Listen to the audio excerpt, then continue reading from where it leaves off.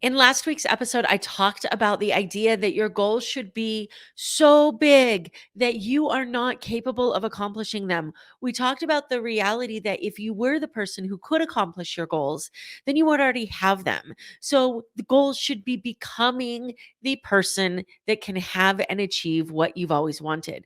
But what happens when you choose to do that? What does that identity crisis look like? That push and pull between who you are now and who you need to be? If you feel like you're stuck in that push and pull of somebody who's trying to grow and also at the same time that's stuck in this comfort zone of who you have become, then this episode is for you. Let's talk about what it looks like and how you can move yourself through that identity process to have the life that you've always wanted. My name is Amber Fuhriman, and this is the More Than Corporate podcast.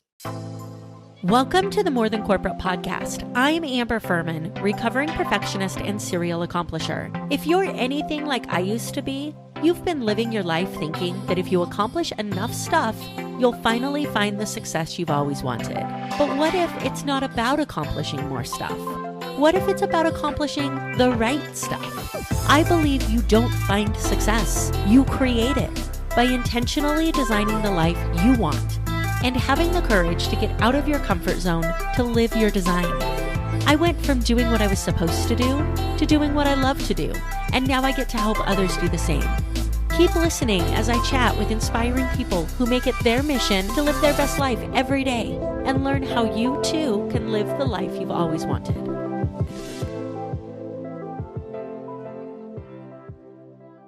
Do you ever feel like you're living within this box of defining qualities that define who you are as a person? I know that I've felt like that so many times in the past. And what's really frustrating is when you realize that that box is self created. When you realize that the identity that you are working so hard to break away from is an identity that you created when you thought that you were doing what was going to make you happy. And this isn't a novel idea. It's not specific to a certain group of people. We make the choices that we are capable of making with the tools and resources that we have. And then as we grow and as we learn and as we surround ourselves with different people, our goals naturally change, our resources change, the information that we have at our disposal changes. And that changes who we are and what we want. So those walls that we've built for ourselves, they're natural. What's really interesting though is getting stuck in there and feeling like you need a sledgehammer to break down those walls. And then the people who are around you, who support you no matter what, which is one of the most dangerous things ever. They support you no matter what. They get tied to this identity or version of you as you are now. So then as you start to grow, you challenge their model of the world by changing who you are, and you fit into their story in some way or how.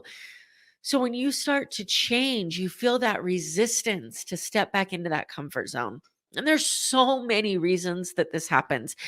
You know, we sit in this gray comfort zone of what we feel is safe for us until something happens to move us out of that comfort zone. And then something has to happen to keep us out of it.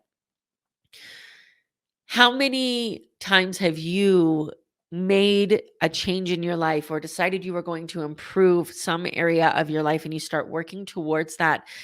And then the questions start coming about why you're changing, and are you not happy with who you are? And why do you feel the need to be different? And those are coming from people who are a part of your identity and are scared to move into your new identity with you.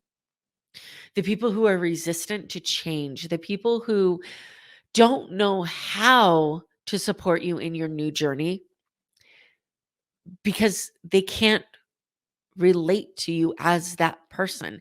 They know you as who you are. What this looks like, it looks like your friends and family saying, I love you no matter what. Why are you working so hard? Why can't you just take some time to slow down? It looks like unconditional support, which seems like such a good thing. The problem is the unconditional support, it allows us to become comfortable being mediocre. Unconditional love and unconditional acceptance are two very different things. And when somebody loves you unconditionally, that unconditional love comes with those hard conversations that we don't want to have. Instead, when you don't meet a goal, when you don't make the changes that you need to become this person, when you don't follow through or hold yourself accountable, and when you have that person in your life who says, "It's okay, I love you just the way you are." It's not okay if your goals are to do something and you're holding yourself back. And then you're getting this support, in air quotes, which is the only way that some of our friends and family know how to love us. And that support is actually holding you back. And it creates this identity crisis. So here you are in this box that you've created for yourself, the box that was filled with all of the things that you thought you wanted. And as you start to break away at the walls of this box that you have put yourself in, you start being faced with the tough decisions of who is going to be able to relate to the new you. Who's going to be able to come along on that journey? I used to feel so guilty about the idea that by making some of the changes that I might make in my life, I would be holding other people back or leaving other people behind. And so I would allow myself to shrink into this box of what other people expected of me out of fear of upsetting or offending them. I heard a couple of different things that helped me with this. The first was that people come into your life for a reason, a season, or a lifetime. And a season, who knows how long it's going to be, and a reason can be just a moment. And then there are those that come in for a lifetime. And those are the ones that are able to support you as you grow, are able to comfort you as you fail and learn without making you believe that it's okay, that are able to help you learn the lessons from the feedback that you're getting from the things that didn't work out. When you're having these conversations with people and when you're having interactions and relationships with the people around you, so many times we try so hard to hold on to all of the people in our life out of fear that we're excluding somebody or leaving somebody behind or making them feel uncomfortable. And by doing that, you continue to feed into the identity of the person that you are trying to no longer be. The goals that you have set for yourself, the dreams that you have, the things that you want to achieve require you to become somebody else. Too many times we have the claws of the people who have been the most supportive for us telling us that it's okay to stay who we are. You are absolutely exactly where you are supposed to be right now in your journey. And you are armed with the information, the knowledge, and the resources to get yourself from where you are now to where you want to be. You get to decide what that journey looks like. You get to decide what your definition of those goals that you've created for yourself are. You get to decide what it looks like for you when you're living the life that you've always wanted. You don't always get to decide who comes with you. You don't always get to decide who can resonate with the new identity that you're creating for yourself.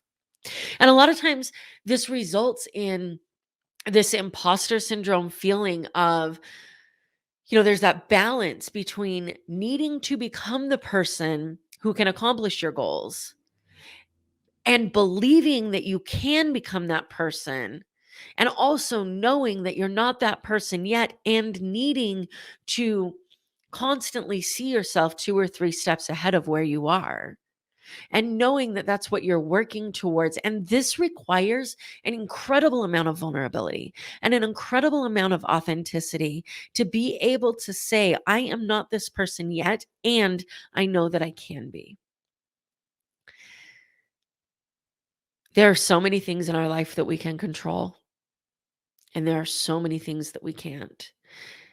We get to control who we allow to hold us back. We get to control whether we hold ourselves back, whether that's for personal reasons or to appease somebody else. We get to decide how much we allow ourselves to grow and how quickly we become that new version of ourselves. We don't get to decide how other people see us. We don't get to decide who comes along with us. We don't get to decide whether the people who are in our life now and resonate with who we are now and relate to the struggles and the story that we have now, we don't get to decide whether those people are going to be willing to change and grow with us. How much of your future and your goals are you willing to sacrifice to stay small at the expense of yourself for the benefit of other people? How long are you willing to stay in that box that you've created for yourself? When are you going to allow yourself to break free? You have all the tools you need to design the life that you've always wanted, and you owe it to yourself and your friends and your family and your clients and your colleagues to get out of your comfort zone and live the best life that you possibly can. However you define your best life, you owe it to yourself to live it.